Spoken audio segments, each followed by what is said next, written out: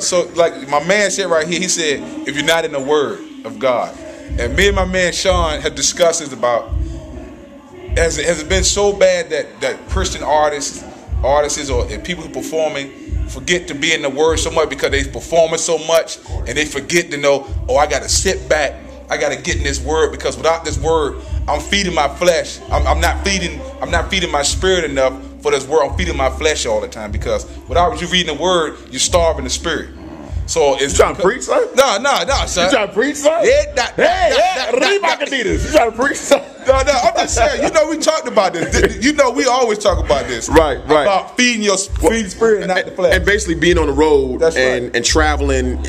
You know, you're praying on the plane. Yeah. You're trying to find the quiet time with God. It's association. In other words, if I know I'm going to have quiet time, I purposely will give myself a window seat on the exit row, because I know if I can stare out the window, I can focus and pray. No doubt. But I also know I'm probably going to be exhausted. I'm going to be tired. So I'm probably not going to read the Word right then, because I'll forget it, or I'll fall asleep reading it. So wait to the point that I know, just like association, I've gotten so much farther with it.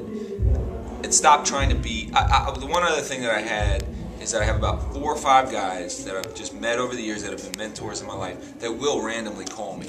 So accountability, basically. It's an accountability, but it's like you can't prepare for an accountability. It's a random call from a guy going, okay, what's your sex life like? Okay. What is your marriage like? No, I'm saying, and these are questions that if no one will ask you this, you're not going to come clean and go, I'm struggling in this area. I'm struggling with this. Or they're not going to come clean and go, are you in your Word today? What did you read today? Okay. Tell me what it was. Wow. If you don't have that, yeah.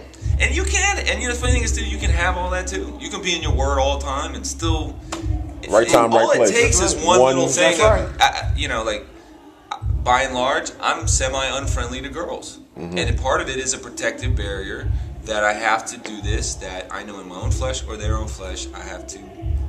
There's no counseling going on. Yeah, no doubt. I just need to share something with you. There's no one-on-one. There's no prophecies. None of that. Sister so-and-so.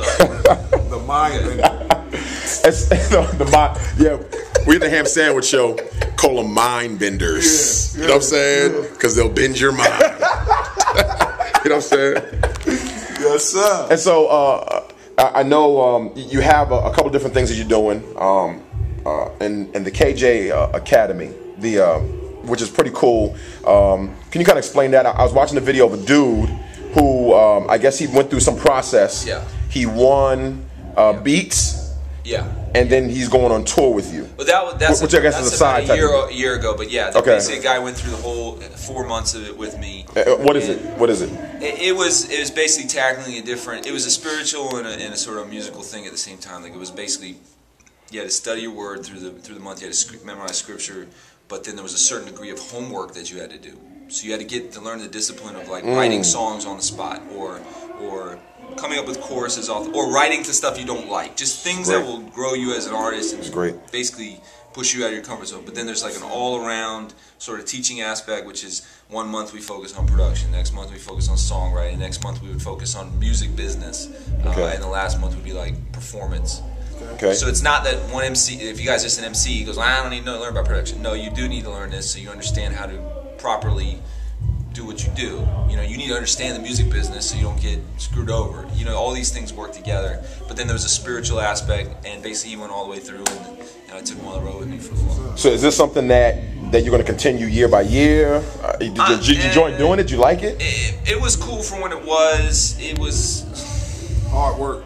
A lot of work. Right. Okay. It was a lot of work, and I felt like, honestly, at the end of it, aside from a few people, the impact wasn't. It wasn't what you thought impact. it was. It's just dudes are too hard-headed. They don't listen. That's because you have in the studio. They got the mics. Yeah, you know what I'm saying? Honestly, man, you preach at John, they like, hey, yo, son, check this out. But you know what? Part of it was like a good sort of like pruning that basically made people go, "You mean this is what it's really like?"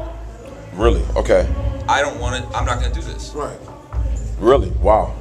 All right. Like, and the irony was at the end of that time of taking this guy on the road with me, pouring myself into him. At the end of it, he goes, I don't think this is for me. Really? Yeah, but that's great. That's great, though. That's great. But he would have took a dirt nap. Nah, but I think that's great because you actually save somebody from being in something that they really probably didn't want to do. Right. One more song. All right. Let's wrap this up, man. Yes, sir. Yes, sir. Great. You know what I'm saying? What do you got going? One more song? Nah, it's cool, man. Let's kind of wrap this up. Headliner. He's a headliner, man. Man, he can take 20 minutes if he wants to. Man, KJ52. Where's his green M&Ms? You know what I'm saying? You know what I'm saying? All day. The last question, man. You're bringing hip hop in places that has never been before, and a lot of Christians who rap, they want to do the same thing. Where do you see Christians in the hip hop arena? Where do you see us in 5 years, 10 years? What are your aspirations? What would you like to see? I think you're going to definitely see the rise of the independent artists. You're already seeing it right now, but the industry labels are just decimated. I give them 5-10 more years, and it'll be just an afterthought. So what you'll see is the guys that are driven and smart and humble and pliable and willing to work and willing to listen, they'll be running the show. And they won't be guys that are signed to deals. They'll be they may not be on the massive level as some other people, but they can make a career and a ministry out of it if they're willing to do what it takes. Now they have to get to the point of understanding what this is really like. But you will see the rise of the independent artist because the barriers that kept them down for years don't exist. They don't exist. Right. And we're all going to the same internet. That's right. All the churches got the same Google. That's right. They bring you in. They don't care. They really don't. I mean, granted, don't get me wrong, there's some things about a label and there's aspects there, but you're going to see the rise of the independent artist. I think there'll be a pruning. Well, I think there already is. There's a pruning process going on. There's a lot of guys. I had this conversation with my wife 3 days ago. I said, it's funny because I call myself like the class of 2000. Okay. Because I only joke, but it's true because at the time when I got signed and came out, it was myself, it was LA Symphony, it was Gospel Gangsters, it was Grits, it was John Root. That's when KJ had the hoodie. Yeah. the lab coat shot. We always used to laugh about that picture. And I'm like, I hated that hoodie, man. I remember that stupid hoodie. Yeah, the hoodie. Anyway, but I was laughing because I was like, man, that class of 2000, who's really left from it? Wow. There's a whole new class now. Yeah. Very true. You know, like there's this new wave that's come in, but it's funny because it's like cross movement was there too, but now that they're not as dominant as, well, they're really not around. 116 has kind of like replaced them, Right. Sure. to fill that gap and to fill that void. But if those that don't learn from history are doomed to repeat it. So I say all this with the idea of going, it's been 10 years. I'm really blown away that it's been 10 years. But I look at other people and go, where were they at 10 years? Right. Where are they at 15 years? Right. Am I going to wind up where they are at 15 years?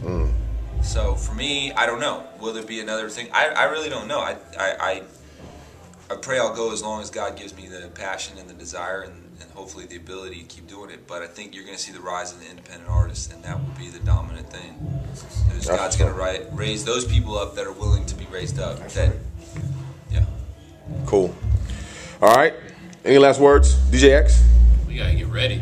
You gotta get ready. Yes, and the hoodie's been replaced with the Taliban. The hoodie's been replaced with the neckerchief. Hello. With the neckerchief. Yes. But I can't front though, because I still got my ear to the street level back home. Right. We live in the same city, and at least 3 people in the last 2 weeks, which is more, out of the ordinary, more than usual. I've dropped his name, let him know I toured with him, stuff like that, and be like, that's that boy who used to beat everybody in the battles like 8 years ago. I'm like, yeah, that's something. Oh, wow. Yeah. It was like, so he still got that rep, you know what I mean? You know what I'm saying? The hood pass has not been completely ripped out of his hands yet. He's still in the church streets. That's right. It always amazes me. Christians who are rap artists still want street rep. Yeah. I'm saved, dog. Yeah. Why do I want street rep? I mean, I feel you though. We were joking about the term "flood the street." Yeah. Flood the street. Hey yo, we're gonna flood church parking lots, son, right. and parking attendants. That's right. You know what I'm saying? But yo, we appreciate you, KJ. You know what I'm saying?